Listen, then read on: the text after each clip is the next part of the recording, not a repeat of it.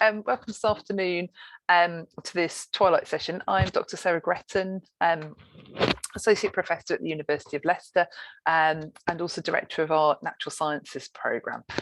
So what I'm going to do for the next hour is give you a little bit of a flavour of this area of science, and specifically, I suppose, talk to you how it might relate to an interest or potential interest for you in studying natural sciences as a degree programme. So I'm going to keep it quite interactive. Hopefully you'll learn a bit, but I'm also really interested to hear what you think. So I'm going to start off actually by posing this question just here. So you should all have access to the chat function.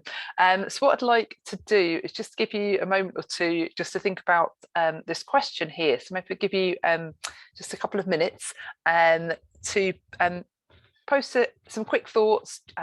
Don't need to spend too long thinking about it, but your initial response to this question: what are the most significant issues currently facing society? And to say, if you pop those in the chat, and then we'll pick it up.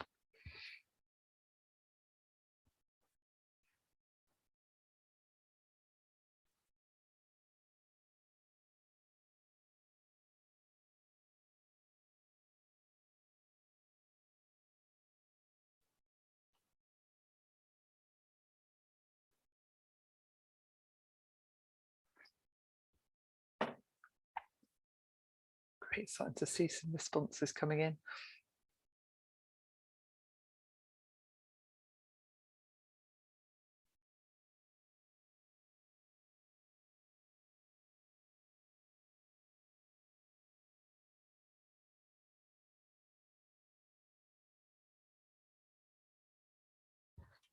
Great, thanks.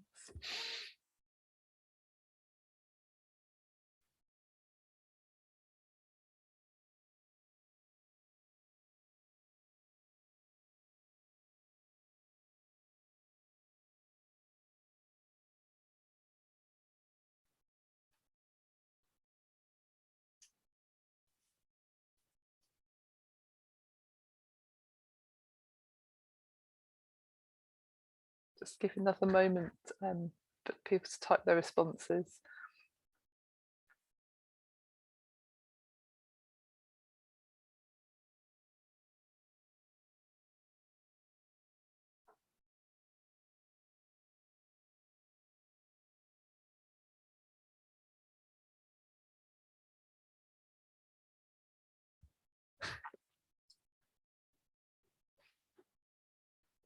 Brilliant. Okay, well, thanks. Yeah, we've got some a real diverse selection of responses there. So climate change, poverty, interestingly come twice, and war as well.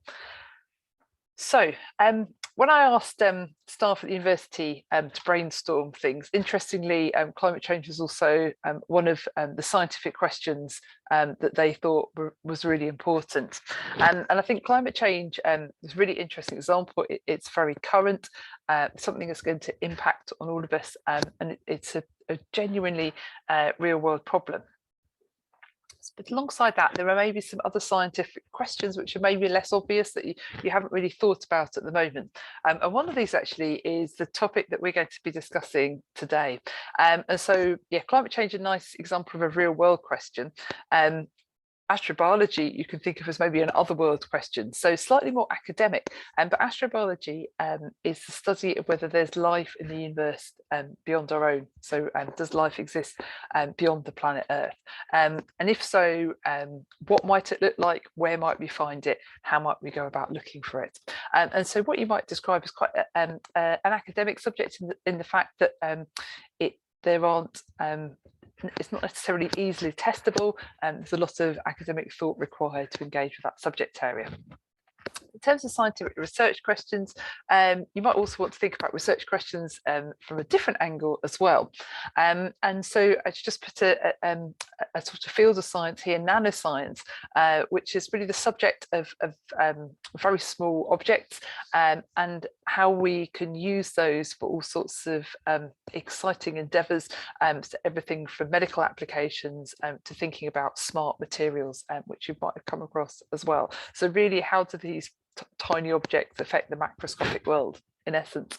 And so this is maybe an example of three kind of cutting edge science questions, one that's very real world, one that's very academic, and one that's quite applied or industrial, it certainly has industrial units. Now, what this has in common, and actually actually the responses that you gave as well all have in common, is that these are all what we describe as cross-cutting problems that aren't going to be solved by a single discipline. And these questions, and in fact actually many scientific research questions, aren't questions that are going to be solved by studying one single area in isolation.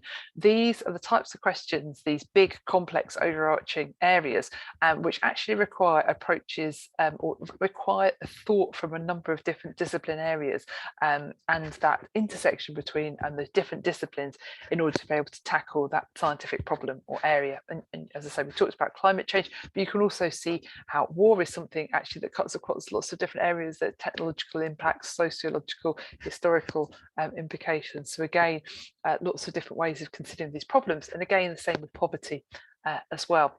So what we're going to be thinking about today is one of these cutting edge scientific research questions, and thinking about actually how we need an understanding across the different scientific disciplines in order to be able to truly tap in to thoughts around that particular research question.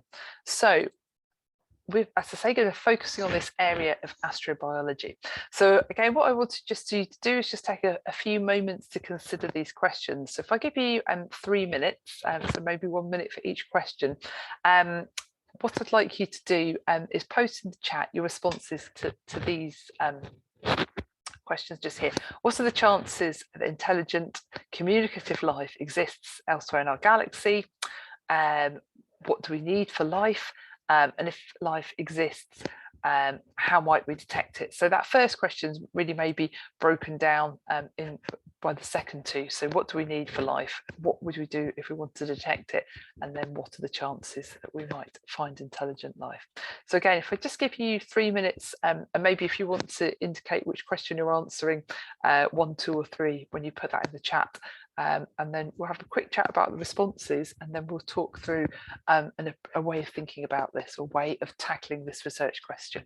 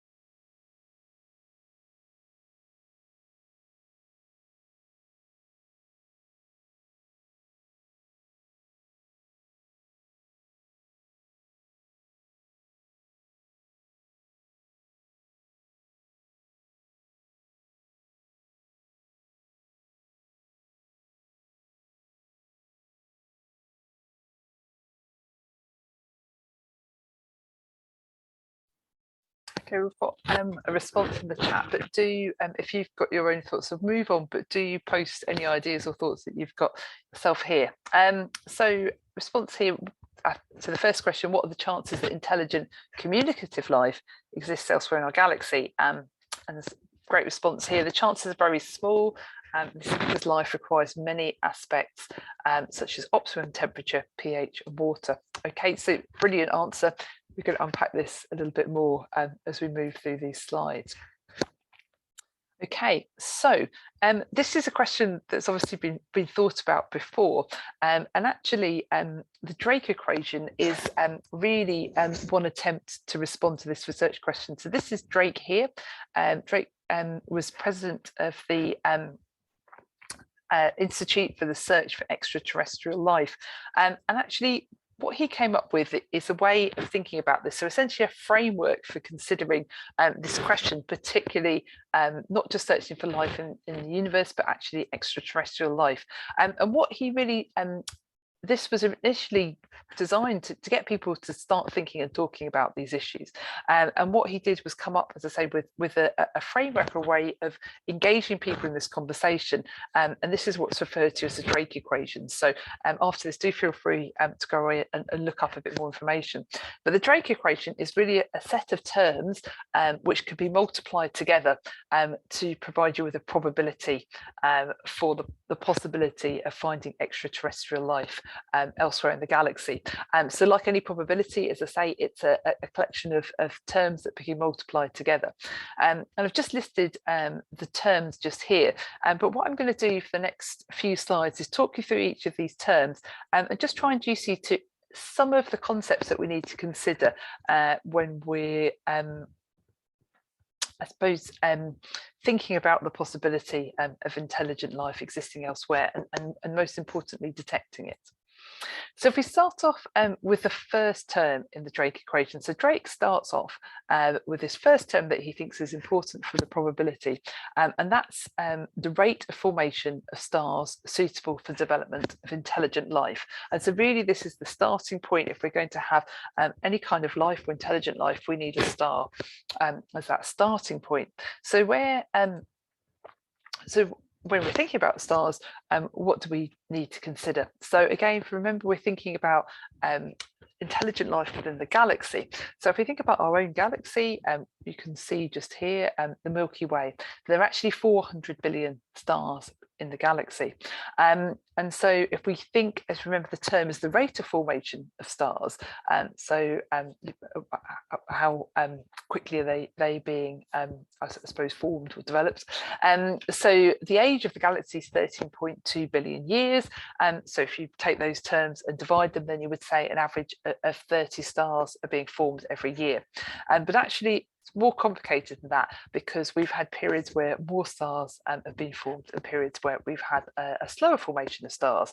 So actually, in terms of our current rate of star formation, we have about 7.5 stars being formed each year. So we know that earlier on in the life of the universe, then obviously it was higher. And so this is important to understand, is the rate of formation of stars, and those will be stars suitable to development of intelligent life, but it gives us an idea of the kind of framework in which we're operating and the considerations. So the other important factor is this is not just the rate of formation of stars, which, as we can see, it is variable across the life of the galaxy, but also those stars suitable for the development of intelligent life. And this is where it gets a bit more complicated, because not all stars are suitable for development of life or intelligent life. And this figure here just aims to map that out. So what you can see actually is a number of billions of years of galaxy formation, and then also on the other, so that's up here on this y-axis, but along this x-axis is actually the distance from the center of the galaxy.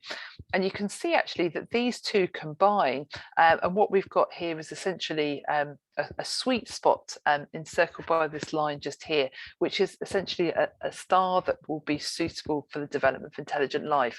As I say, that's dependent on both the distance from the center of the galaxy, and that will dictate the composition, the elemental composition of the star, so whether it's metal poor or metal rich, for example, but also the amount of time that the star's been in existence. So if you have a star that's too old, then that will also impact on the composition of a particular planet, or if it's too young, it hasn't had enough time in which to support that development of intelligent life. So that's the first term. Moving on to the second term, thinking about the fraction of those stars with planetary systems. So even if we might have a star that actually is perfect in terms of age and distance and composition, does it have any planets around it that might be a platform for life? So this is just an example. This is just actually some recent data, a graph that's been pulled off here, which just shows the number of exoplanets that we have currently. Was a couple of years old, this data now, but details of the most recent data on exoplanets. So exoplanets are planets which exist beyond our own solar system, so circular or orbit around different stars, and you can see here, we'll see there's some discussion about the bold or the I should say the designation of Pluto, but certainly in our own solar system we have 8 or 9 planets, and what you can see is we're gathering more and more data from work that we've been doing, looking out into the night sky about the number of exoplanets which exist in our own galaxy. And what you can actually just see is this is the way of plotting some of the facts that we know about those exoplanets. So plotted mass against axis just here, and you can see actually there's quite a variety of different compositions of these planetary bodies, whether they're within or without the solar system.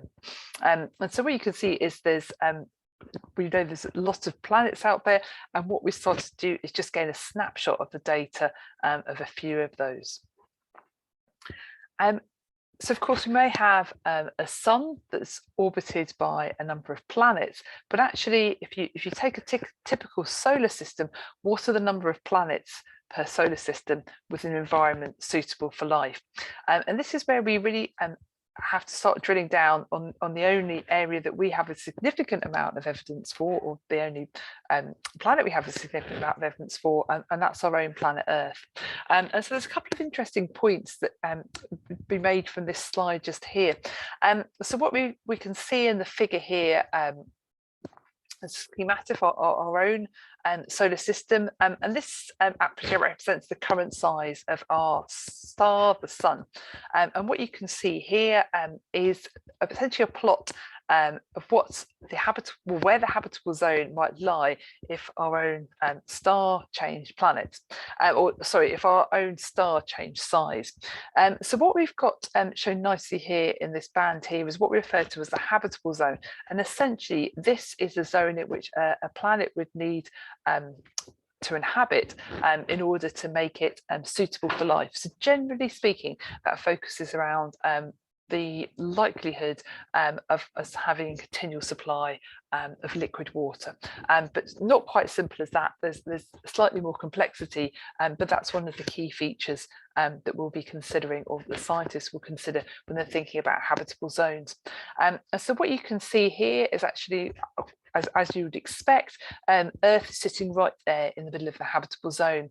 But it also gives an indication of why we're so interested in the possibility of life on these two planets here. So this is Venus and this is Mars. And what you can see is they sit either side of the planet Earth. And this is why scientists focus, as I say, such attention on looking for these two planets, and particularly those signs of early life. And that's because if we look here in the data, it wouldn't take a significant change in the relative mass, or the significant change in the mass of the sun relative to its current size, for example, for Mars to be within a habitable zone, and vice versa. It wouldn't take much in terms of reduction of size for Venus to be sitting here within the middle of the habitable zone.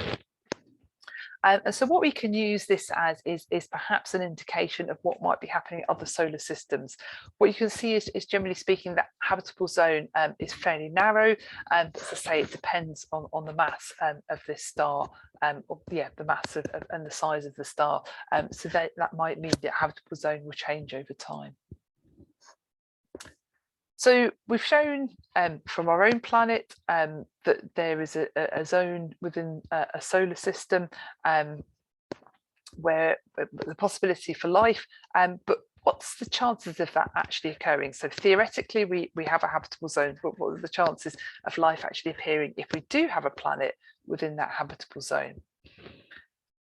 So this is an interesting diagram here, and this really shows, as I say, we're coming back to really look in detail at the one example where we do know we've got some reliable data, and that's our own planet Earth. But looking here and seeing what happens early on in the history of the Earth as a planet. So what we've got here is a time period in which Earth has been in existence. So we know that planet Earth's been around for about 4.5 billion years. And what we can see here is a plot of what happened early on in this time period. And what we've actually done here is look at the lunar impact count. So we're able to look at the impact on the moon, which is obviously our satellite, and probably reflects very closely what was happening at the Earth at the time, and really measure how bombarded the moon was at that time, and that will give us an indication of what was happening early on Earth. Now, what's interesting here is that we see the earliest evidence for life occurring, or this is on Earth, just here about 3.5 billion years ago, and that's essentially fossilized evidence of a very early simple microorganisms, so single cell organisms very similar to bacteria that we might see in our modern and current environment. And what we can really, I suppose, deduce from this is that really early life was certainly only established once we saw the decrease in bombardment just here. So there's two things I think you can really draw from this piece of evidence here, which is one, that we've had life from quite an early time point on Earth, but secondly, it did require, life was only established once the impact count was reduced. And so these two really important observations, which we really allow us to think about what's the possibility on other planets. So what we can really say here is likelihood is that any planets that's suffering significant impact won't be able to sustain life, or life won't be in a scenario where it's able essentially to kick off, to start. But fairly early on, once there's a stable environment, then we can see the possibility of life. So really, in terms of timescales, and certainly geological and planetary timescales, this is a very short period of time. So we really, if the right conditions are there for life, it actually comes in pretty quickly, or certainly it has done on our planet. But if you remember back to the original equation, what Drake was interested in is not just the possibility of life, but the possibility of intelligent life. And so this next term in the equation actually focuses around the fraction of life-bearing planets. So the fraction of life-bearing planets in which intelligent life emerges. So what's the chances of not just having life, but intelligent life? So again, this requires us to have a think about what's happened on our own planet just here. So this is the same, similar figure, the same axes that you saw in the last figure. If you remember here, we looked at the lunar bombardment and the earliest life just there. And what we've actually shown on this figure here is, I suppose, a snapshot of how life has developed on our own planet. So for those of you that aren't aware, we actually, for probably about half of the existence of the planet, essentially, we've actually had an atmosphere that's dominated by carbon dioxide rather than oxygen. And this really has been switched around by the ability for bacteria to photosynthesize. So we often think of plants as being really important as organisms, based on their ability to take light from the sun and convert that into energy, and therefore taking carbon dioxide and releasing oxygen. But actually, this ability was first developed by single-celled organisms, microorganisms. And it was actually those microorganisms that were responsible from this switch from a carbon dioxide-dominated atmosphere to actually not an atmosphere that was dominated by oxygen. And that's really important, as I say, that's sustained by land plants now, but it was originally bacteria that allowed that change to take place. But that presence of oxygen in the atmosphere is really significant. if you think tangentially about some of your biology classes, hopefully you've come across the concept of respiration, and within that the possibility of aerobic and anaerobic respiration. And if you've covered that concept, you'll be aware that aerobic respiration is much more efficient than anaerobic respiration. And that's because oxygen is an excellent electron acceptor, and its ability to accept these electrons allows us essentially to break down those sugar molecules further, and therefore release more energy. And so that ability, that presence of oxygen in the atmosphere really means that it allows much, I suppose, or much more those efficient aerobic respiration to take place, and that really allows much more complex life to exist with that benefit of this additional energy source.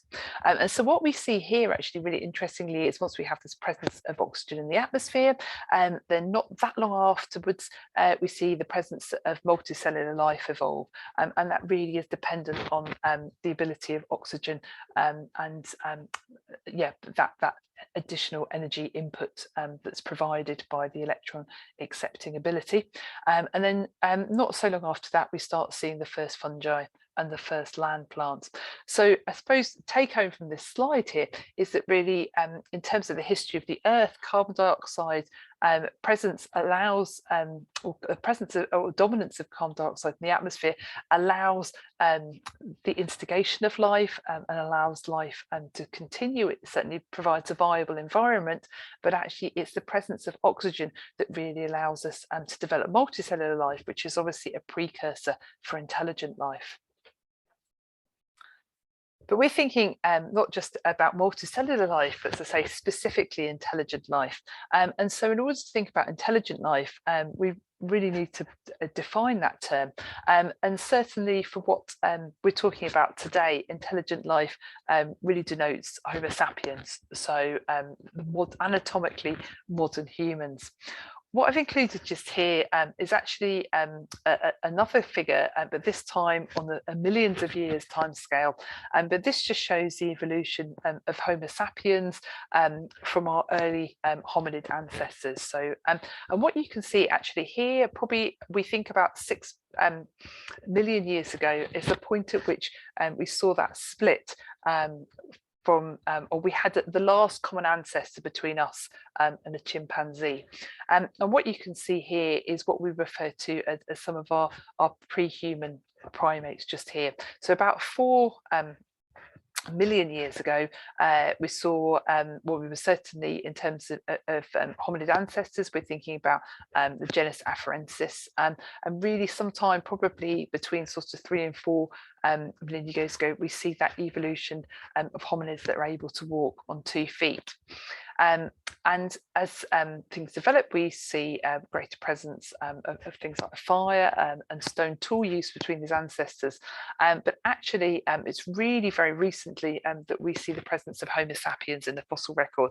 So we think that Homo sapiens appeared on Earth about 200,000 years ago.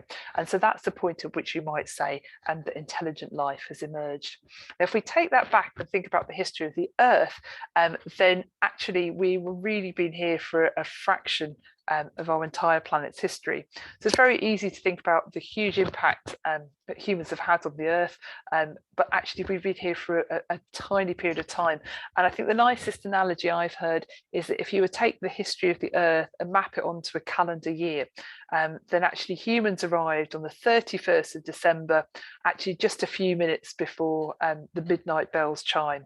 And so really we've been around for a tiny proportion of the length of our planet.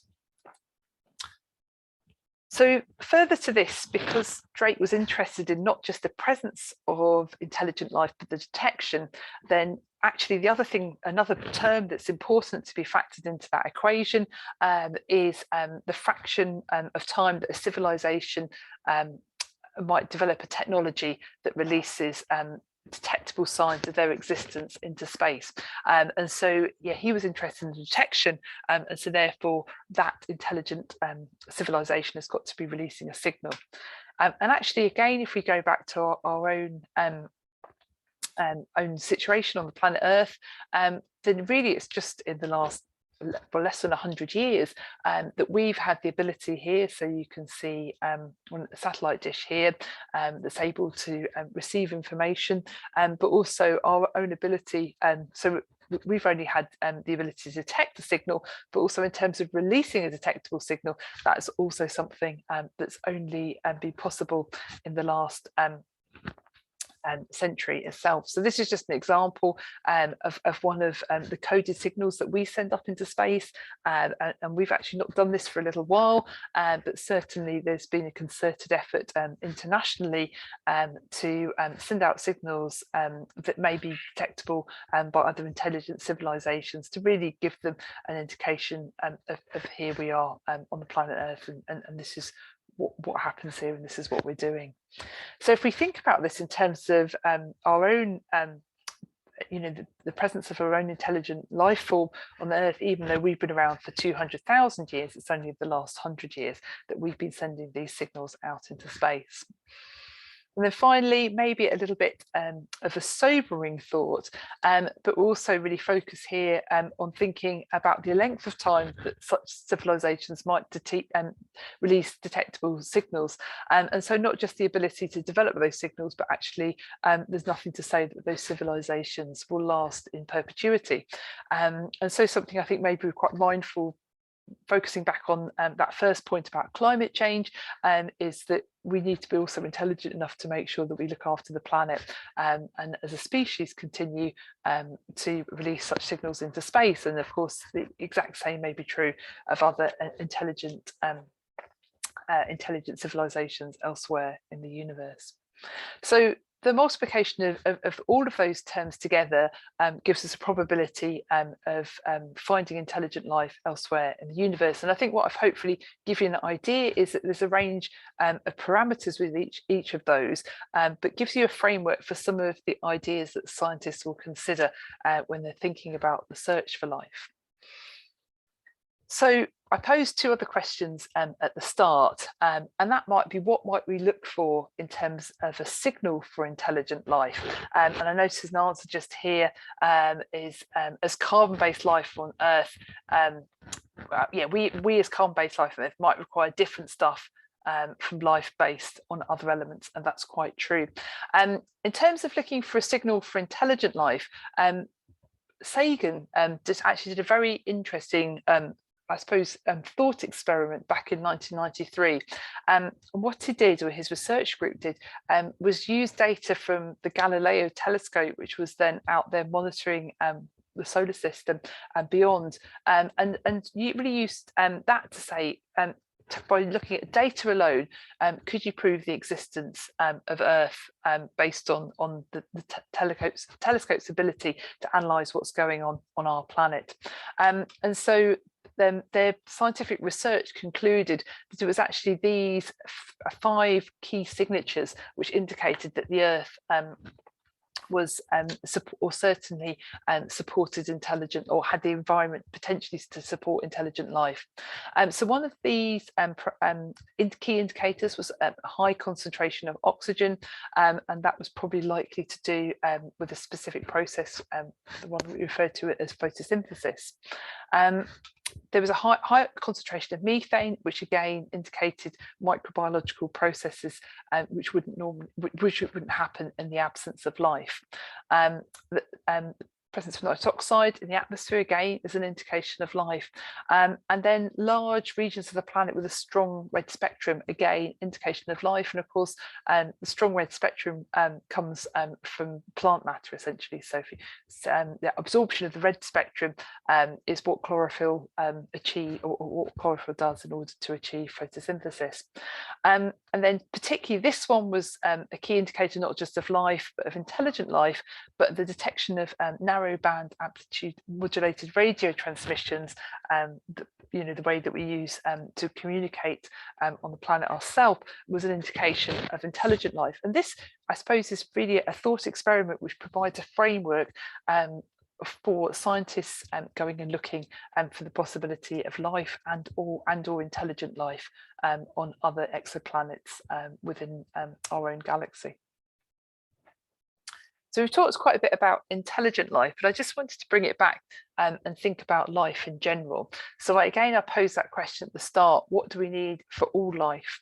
And based on our understanding at the moment, and this really is very strongly influenced by our own planet, and essentially what do we know the possibilities, what are the extremes of life on our own planet, then our current working hypothesis for what's required for all life are the following. So liquid water, essentially providing a solvent or a solute which allows different molecules essentially to be dissolved and most importantly to interact with each other. So some sort of medium that allows those interactions. Energy, and this doesn't just have to be in the form that we take in energy, so we take in energy as food, but microorganisms are able to use light or geothermal energy to sustain themselves. So energy in its broadest sense. We talked a bit about one of the questions or one of the responses posed in the chat was about carbon, and our current understanding is that carbon is an excellent molecule to sustain life, and that's really because carbon forms 4 bonds, and that ability to form those 4 bonds gives us this structure that allows very, very long hydrocarbon chains, and it's those hydrocarbon chains which form the backbone for the key molecules that are essential for life, whether that be very simple microbial life or more complex life, but it's hydrocarbon chains which form the basis for DNA and for RNA, for protein structures, and for carbohydrates and for lipids. So all of those structures all have that hydrocarbon backbone, and so the ability, particularly with DNA and RNA, to provide a template, and that's essential for life, is that have that template that's reproducible but also variable, is really predicated by the presence of carbon. And then we have various other elements. I won't list them all here, but for example, nitrogen, sodium, potassium, and other key trace elements which have all been significant. And again, if you think about them, those are all elements which are featured in the structure of those key macromolecules, so DNA, RNA, proteins. As we discussed already, actually, it's not a requirement that we have atmospheric oxygen. So we know that life existed and can still exist in the absence of atmospheric oxygen. And in fact, actually, atmospheric oxygen is actually toxic to some life on Earth. But also, as I mentioned earlier, we don't necessarily require organic compounds as either as a source of carbon or as an energy source. So as humans, we both use organic compounds to provide the carbon that we need to grow and also energy. But that's certainly not the case for all bacteria as well. So carbon is important as a building block, but not necessarily, we don't need to supply that as an organic compound. It can be supplied through carbon dioxide, and energy can come from other sources, so light or geothermal sources. Okay, so what I've hopefully done is give you a whistle-stop tour through the study of astrobiology and some of the key questions that scientists are grappling with in order to understand the possibility of life elsewhere in the universe, but also the possibility of intelligent life. So why is this? Well, I suppose why have I picked this subject area? Well, this is something that I'm really excited and interested about, but it also forms one of the key themes of our natural sciences curriculum. And I think what it shows is a really nice example, as I mentioned at the start, of why a lot of cutting edge research actually involves studying more than one, or certainly drawing conclusions and evidence from more than one scientific area. And this figure actually just shows that in a little bit more detail. So this is just an example. There's a figure that contains details of scientific journals. So this is where scientists publish their latest research. And what you can see here is these are represented by different coloured nodes, and what you can see in between the nodes are grey lines, and they really show the connections between different scientific areas. And this is essentially a snapshot of science as it is at the moment, so as it's being published. And what you can see here is that lots of areas are drawing from knowledge and other areas in order to solve these scientific research questions. And this was actually from a figure that was published in the New Scientist, and they accompanied this article by saying scientists trained in an interdisciplinary approach are invaluable. And that's really where the Natural Sciences degree programme comes in. So as I mentioned, I'm Programme Director of Natural Sciences, and the astrobiology that I've talked about is a bit of an introduction into some of the material that we cover on our own degree programme. So Natural Sciences is the study of life and physical sciences. So that'll include everything from biological sciences through physics, chemistry, and earth sciences. So essentially, it's an interdisciplinary degree programme which allows you to study more than one area of science. So you might be thinking, well, I've never heard of natural sciences before. What do natural scientists do? So we've been running our natural sciences programme here for 18 years now. And so we've got quite, we have a good relationship with our alumni, and we have quite a few of them that have gone out in the world, and we're able to report back on some of the career options for them, or the career opportunities that they've taken up.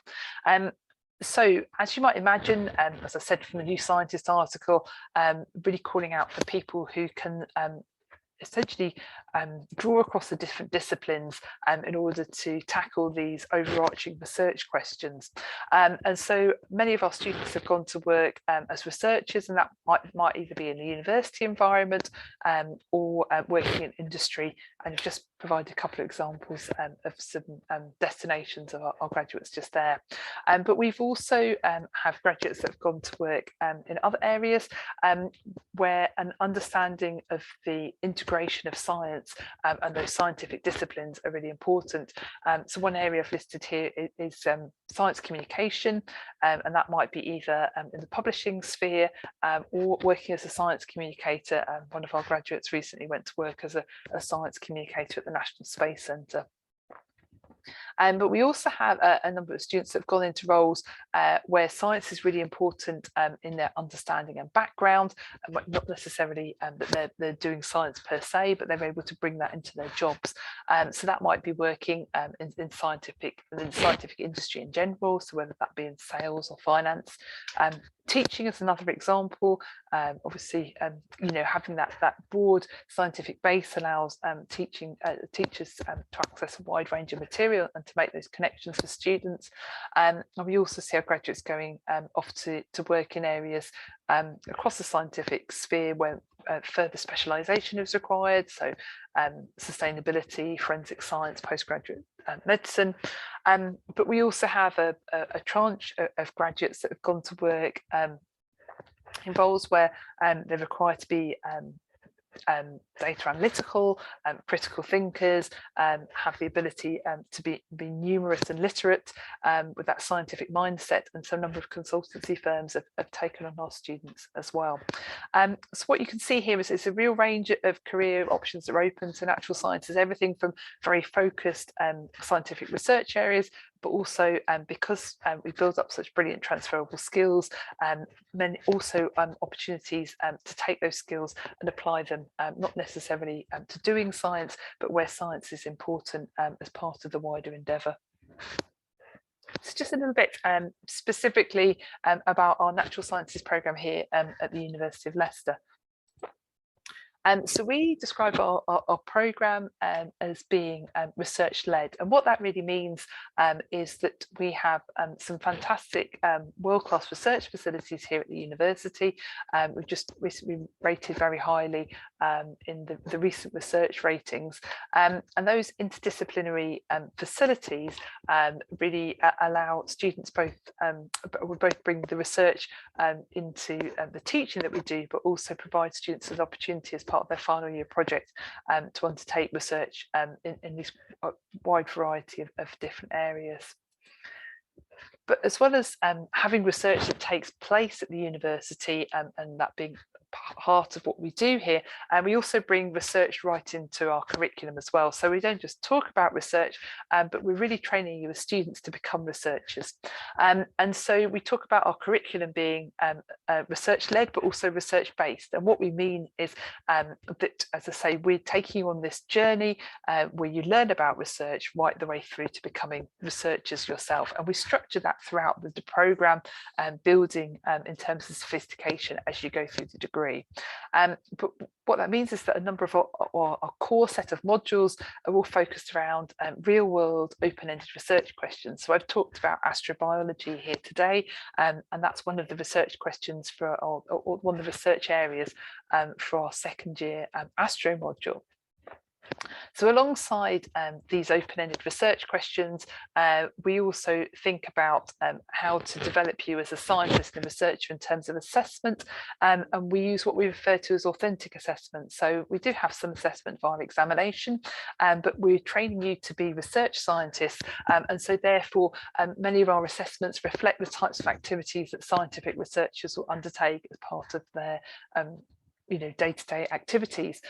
So included in our authentic assessment are writing a scientific paper, giving a poster presentation at a conference, but also, for example, writing a post note, which is a parliamentary briefing note that civil service scientists will write to inform politicians. And so what we're doing throughout the programme is providing opportunities for students to develop the key sets of skills that scientific researchers will need in order to undertake their activities. And this means that our teaching is very interactive, and so we really focus around delivering teaching that supports students to develop this research mindset. So we have what we call some expert sessions, which are similar to lectures, and we also have a lot of emphasis on spending time developing your research skills in workshops, tutorials, and by providing regular feedback on a weekly basis throughout the programme. Now this all builds up, as I say, to develop this research mindset in students into a couple of final year activities. So the first one here is a journal. So our students write their very own research journal.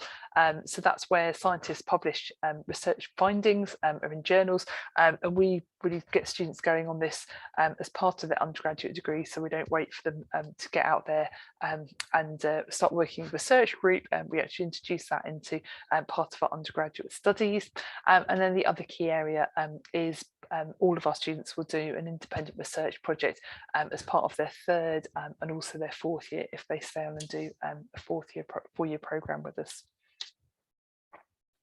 So we've as part of this, we, as I've alluded to before, really focused on developing key scientific skills. And what we found from using this research-based learning approach is that we're able to develop skills in areas that you'd expect, such as maths, lab techniques, programming, critical thinking, but also some of these less obviously scientific skills, but from work we've done with our graduates, we know are really, really important for them to progress once they get out into the world of work. So things like problem solving, resilience, collaboration, and independent study skills. So what does our programme look like in terms of structure? So at University of Leicester, we have 2 entry points for those students that are interested in studying natural sciences. We have a foundation route for those students that don't have the qualifications to enter into our first year. And then for those students who have the direct entry qualifications, then the other entry point is at the start of year 1. So start of year 1, we have a completely core, so that means that all of our modules are in common for first year for all of our students, and that's really focused around developing key foundations of knowledge in the sciences and that key skill set. And what that means is, following on from this, we have students have a choice of pathways that they can undertake from this point onwards. So in years 2, 3 and 4, half of students' time will be continued in these integrated interdisciplinary natural sciences modules, where, as I say, we'll be studying research questions that cut across the scientific disciplines and developing these key scientific research skills. But alongside this, you have the opportunity to specialise in one of these areas, so chemical science, molecular and cellular science, physical science, or ecological and zoological science, as students take a specialism which they'll continue with for the remainder of their degree, and that will allow them to access both breadth across the natural sciences, but also depth within their specialism.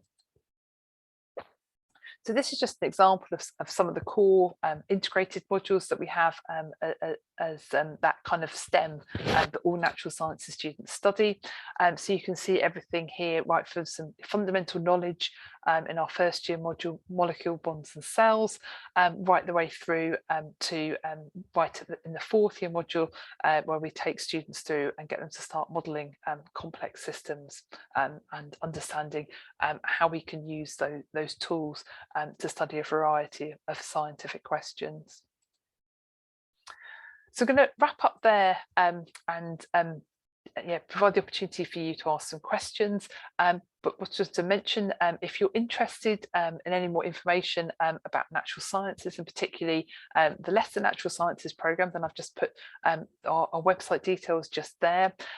If you're interested in natural sciences in general, then there's also the Society for Natural Sciences, and the Society web page can be found just here. So I'll copy both of these into the chat for you. But at this point, really just remains for me to see if there's any more questions.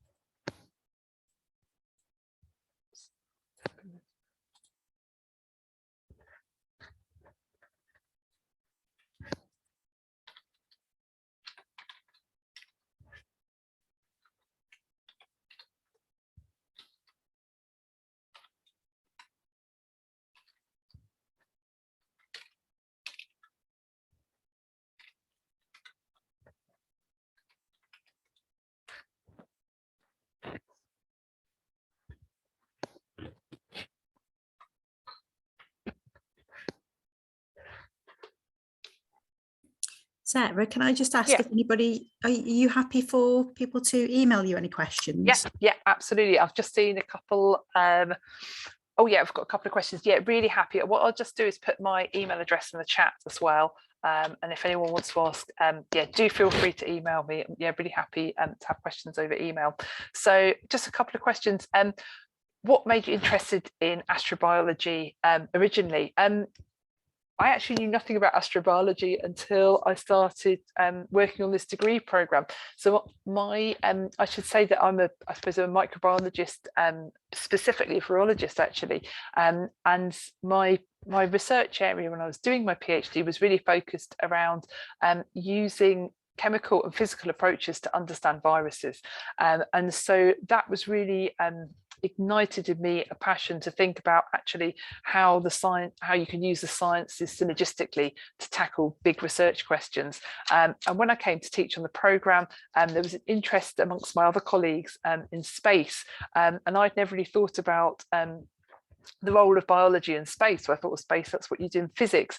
And actually, when we talked and started working together on this idea of teaching a module on astrobiology, suddenly it fired off of lots of connections, and it really started to expose me to a different way of thinking about science, actually, and to really embrace this, as I say, further embrace this interdisciplinary approach of actually realizing that these terms, biology, physics and chemistry, are essentially Victorian constructs, that they were terms that Victorians used to designate different areas of science, but actually science is just about understanding the world around us, and actually maybe a more authentic way of studying science is not to think about, as I say, these artificial areas, but actually just to pose an exciting scientific research question, and then to think about, well, what science do I need to understand this? And so I think astrobiology is a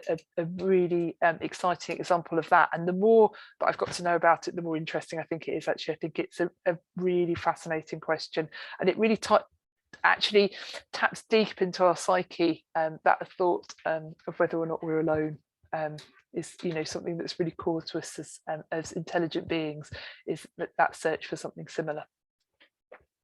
So we'll see there's a question from Charlotte. So is the MSci the same as an MSc? No, actually.